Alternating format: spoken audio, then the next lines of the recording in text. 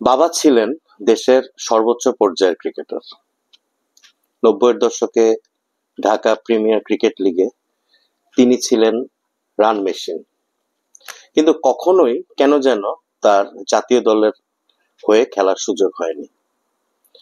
তার সতীর্থ অনেকেই পরবর্তীকালে বাংলাদেশের হয়ে টেস্ট খেলেছেন, এমনকি বাংলাদেশ জাতীয় ক্রিকেট দলের অধিনায়কত্ব করেছেন কয়েকজন। হ্যাঁ, ৯০-এর দশকের অন্যতম সেরা ক্রিকেটার ঢাকার মাঠের হালিম শাহর কথা বলছি। তিনি কখনোই জাতীয় দলে খেলার সুযোগ পাননি, কিন্তু নিজের অপূর্ণ বাসনা তিনি পূরণ করেছেন ছেলের মাধ্যমে। না, তার ছেলে বাংলাদেশ জাতীয় ক্রিকেট দলে খেলেননি। তার ছেলে সৈয়দ কাজেম শাহ কিরমানি বর্তমানে খেলছেন বাংলাদেশ জাতীয় ফুটবল দলে। ২০০৫ সালে ক্রিকেট ছাড়ার পর হালিম শাহ পরিবার নিয়ে চলে যান কানাডায়, সেখানেই থিতু হন। ৭ বছর বয়সে কাজেম শাহ হালিম শাহর সঙ্গে পাড়ি জমান কানাডায়। বাবা ক্রিকেটার ছিলেন, ছেলে ক্রিকেটার হবেন এমনটা ভাবাটাই স্বাভাবিক, এমনটা যদি হালিম শাহ চান সেটাই স্বাভাবিক। কিন্তু না, ছেলে কাজেম শাহ ক্রিকেটার হননি, তিনি বেছে নিয়েছেন ফুটবল। ফুটবলকেই করেছেন ধ্যান জ্ঞান। স্কুল, কলেজ, বিশ্ববিদ্যালয় প্রত্যেকটি জায়গায় তিনি খেলেছেন বিভিন্ন দলে।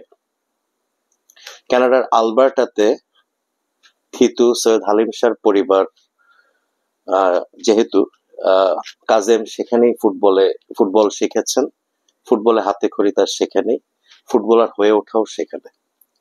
কিন্তু কেন যেন কাজেম কানাডায় ফুটবল খেলাতে মনোযোগী হননি, মানে কানাডায় তিনি ফুটবল খেলেননি, তিনি চলে এসেছেন বাংলাদেশে। বাংলাদেশে তিনি প্রিমিয়ার লিগ খেলেছেন। ৩ সিজন প্রিমিয়ার লিগ খেলার পর এবার তিনি জাতীয় দলে খেলছেন ৩ সিজন প্রিমিয়ার লিগ খেলার পর, কিন্তু তিনি জাতীয় দলে গত বছর সুযোগ পেয়েছিলেন। গত বছর মার্চে বিশ্বকাপ বাছাই পর্বে ফিলিস্তিন এবং লেবাননের বিপক্ষে ৩টি ম্যাচে জন্য যে জাতীয় দল ঘোষিত হয়েছিল সেই দলে কাজেম শাহ সুযোগ পেয়েছিল। তখন তিনি বাংলাদেশ পুলিশ এফসির হয়ে মাত্র ২ সিজন খেলছেন বাংলাদেশ প্রিমিয়ার লিগে। ২০২১ সালে তিনি সাইফ স্পোর্টিং এর হয়ে খেলতে এসেছিলেন। সাইফ স্পোর্টিং ক্লাব বর্তমানে নেই, বর্তমানে ক্লাবটি বিলুপ্ত। এই সাইফ স্পোর্টিং এ খেলতে এসেছিলেন কাজেম শাহ, কিন্তু সে সময় পাসপোর্ট জটিলতার কারণে তার খেলা হয়নি। ২০২২ সাল বাদ দিয়ে ২০২৩ সালে তিনি দলভুক্ত হন বাংলাদেশ পুলিশ এফসিতে। সেখানে পাসপোর্ট এবং নাগরিকত্ব সংক্রান্ত জটিলতা পেছনে ফেলে তিনি বাংলাদেশ প্রিমিয়ার লিগে খেলেন পুলিশ এফসির হয়ে, এবং সেখানে তার পারফরমেন্স ছিল চোখে পড়ার মতো। ২৬ বছর বয়সী মধ্যমাঠের এই ফুটবলারকে নিয়ে এই মুহূর্তে বাংলাদেশ জাতীয় দলে তেমন একটা আলোচনা নেই। আগামী ২৫শে মার্চ এশিয়ান কাপ বাছাই পর্বে ভারতের বিপক্ষে বাংলাদেশের ম্যাচ, হাতে আর মাত্র আমাদের একদিন আছে। এই ম্যাচ পুরোটাই হামজা চৌধুরীময়। বাংলাদেশ জাতীয় দলের সবচেয়ে বড় অস্ত্র হচ্ছে ভারতের বিপক্ষে এই ম্যাচে হামজা চৌধুরী, এ নিয়ে সন্দেহের কোনো অবকাশ নেই। তিনি ইংলিশ প্রিমিয়ার লিগের প্রোডাক্ট, লেস্টার সিটিতে খেলেছেন, এফএ কাপ জিতেছেন, বর্তমানে শেফিল্ড ইউনাইটেডে খেলছেন। বিশ্বের অন্যতম সেরা একটি লিগের প্রোডাক্ট হামজা চৌধুরী, তাকে নিয়ে হইচই হওয়াটাই স্বাভাবিক, এবং বাংলাদেশ জাতীয় দলের প্রস্তুতিটা হামজা চৌধুরীকে ঘিরে হওয়াটাই স্বাভাবিক।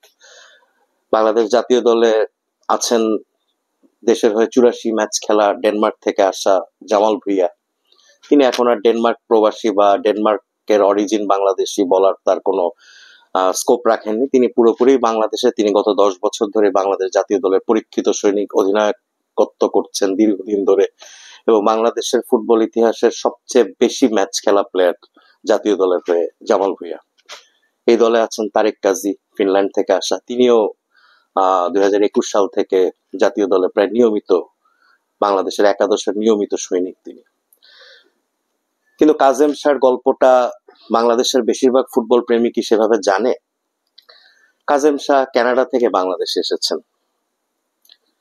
কানাডার সুযোগ সুবিধা, সুখ স্বাচ্ছন্দ্য পেছনে ফেলে শুধুমাত্র বাংলাদেশের হয়ে খেলার ইচ্ছা পূরণ করার জন্য তিনি বাংলাদেশে এসেছেন। এবং খুব বেশি দিন তার লাগেনি বাংলাদেশ জাতীয় দলের স্প্যানিশ কোচ হাভিয়ার কাবরেরার দৃষ্টি আকর্ষণ করতে। তিনি আগেই সুযোগ পেয়ে যেতেন, 2023 সালেই তিনি সুযোগ পেয়ে যেতেন অস্ট্রেলিয়ার বিপক্ষে বিশ্বকাপ বাছাই পর্বের ম্যাচে, কিন্তু তখন একটি দুর্ভাগ্যজনক চোট তার জাতীয় দলে অন্তর্ভুক্তি কিছুটা বিলম্বিত করে। গত বছর তিনি একাদশে সুযোগ পাননি ঠিকই, কিন্তু বদলি খেলোয়াড় হিসেবে খেলেছেন। বিশেষ করে লেবাননের বিপক্ষে দোহাতে বাংলাদেশ 4-0 গোলে ম্যাচটিতে হেরে যায়, কিন্তু সেই ম্যাচে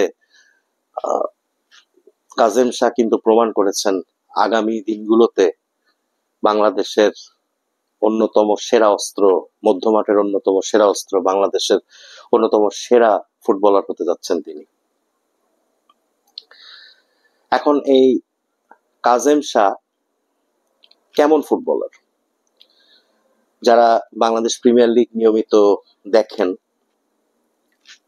বাংলাদেশ পুলিশ এফসির ম্যাচ দেখেন, সেখানে আপনারা সে অভিজ্ঞতা থেকে অবশ্যই বলবেন যে কাজেম কিন্তু এরই মধ্যে বাংলাদেশ পুলিশের অন্যতম গুরুত্বপূর্ণ খেলোয়াড়। বিশেষ করে এবারের লিগে কাজেমের সঙ্গে গোল স্কোরার আলামিনের যে সমন্বয় আমরা দেখেছি, সেটা কিন্তু দুর্দান্ত।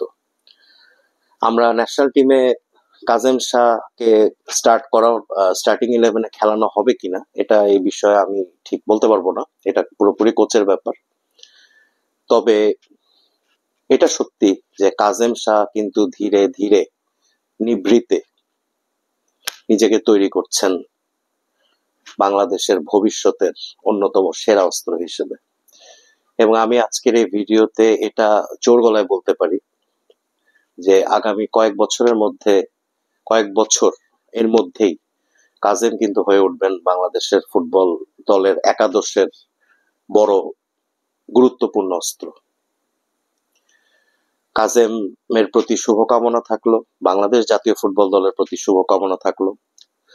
আপনারা জানেন যে এরই মধ্যে শিলংয়ে পৌঁছে গেছে বাংলাদেশ দল, চলছে প্রস্তুতি, এবং নানা ধরনের প্রতিকূল পরিস্থিতির মুখোমুখি হতে হচ্ছে বাংলাদেশ দলকে। এটা খুবই স্বাভাবিক। আন্তর্জাতিক ফুটবল বা আন্তর্জাতিক ক্লাব ফুটবল বা যে কোনো পর্যায়ে হোম দল নানা ধরনের সুযোগ নিতে চাইবে, এটাই খুবই স্বাভাবিক।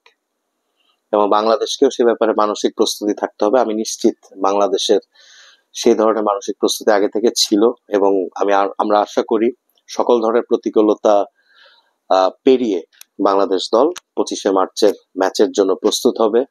হামজা, জামাল ভুঁইয়া, রাকিব, মোরসালিন, তপু বর্মন, কাজেম শাহ, মিতুল মার্মা, তারেক কাজী সবাই এক হয়ে বাংলাদেশ দলকে ভারতের বিপক্ষে জেতানোর জন্য লড়বেন মাঠে তাদের সর্বোচ্চ সামর্থ্যের সর্বোচ্চটুকু দিয়ে। ধন্যবাদ।